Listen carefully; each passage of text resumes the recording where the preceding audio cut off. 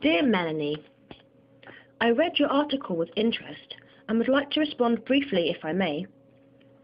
The reason why many Muslims in Arabia and across the world are anti-Western is because America has taken it upon itself to waltz into two of their countries now and blow them to smithereens. Unless you're happy for someone to blow up your family right this minute, I think you should take a step back before praising McCain for American exceptionalism and belief in American values. You do yourself a great injustice by mocking Obama's rectifying grievances and resolving conflict by talking whims. America's attitude to its enemies has always been that its superior military might will decimate its opponents. But the only reason its previous victims didn't fight back is because they did not possess the intellectual cohesion to form a credible opposition. You're forgetting that the Arabs have Islam. They have no fear in man, and that does include Americans. This new bullying target is bigger than America thought it was, and it isn't going to sit down and take the crap. By whirling the war braggers, you're firstly forgetting all the people who are dying every day of preventable diseases that are not being adequately funded, and evidently your own family are not suffering from, otherwise you might just give a damn. But secondly, it's just evident that you've totally blocked your mind to who the Muslims really are. It's easy to convince ourselves that they are irrational, bloodthirsty maniacs who just happen to have flipped out and now they all want to destroy the world. But that just isn't the case.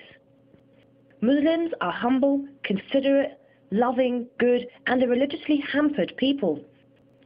The Jewish Bible calls Muslims wild donkeys and states that God tossed out their mother, Hagar, to die, apparently in favor of his prized Jewish children. These are passionate and are deeply hurt and resentful people who are clearly taking their anger against God out on the Jews. But that's another matter. The point is, these are not Terminator-style robots. If we consider our world as a globe, instead of as a place where America is the supreme dominator, we can see why Obama's policies are more sustainable. Resolving conflict strategies, which your article suggests you find laughable, need to be taken a little bit more seriously.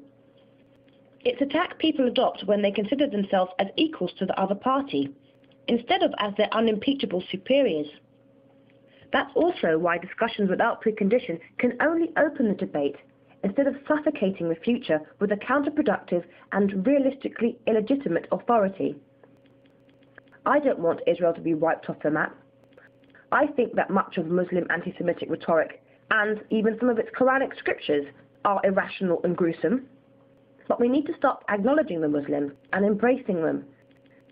Haven't you ever empathized with somebody's point of view in principle, even if overall you think they're wrong, just to give them that iota of satisfaction, to feel like you are at least listening to them, so you can both move forward together? Can you not see that Muslims are locked in by their Islamic constitution, just as other nations suppose they are to their legislations? Obama's diversity of principle and of association is one of his biggest strengths, both in general, but patently obviously in this war. Obama is saying, quite simply, that if we don't want war, then let's stop fighting, and let's make peace. You might want to consider spending more time introvertedly spectating on why that is a complicated idea for you.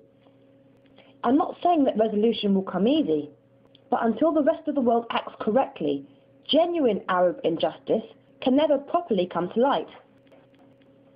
As a woman and human being, it's nothing but frightful that you publicly abhor Obama's strategy of welcoming talks to the table and are curdling public opinion towards buying more deadly nukes. If you feel so strongly that war is the best option, I suggest you put your own children in the firing line for those nukes immediately, instead of sleeping peacefully at night, not knowing and not caring which Arab mother has had her world destroyed instead. Perhaps it's your lack of humanity which makes the priority of peaceful resolution such an elusive concept for you.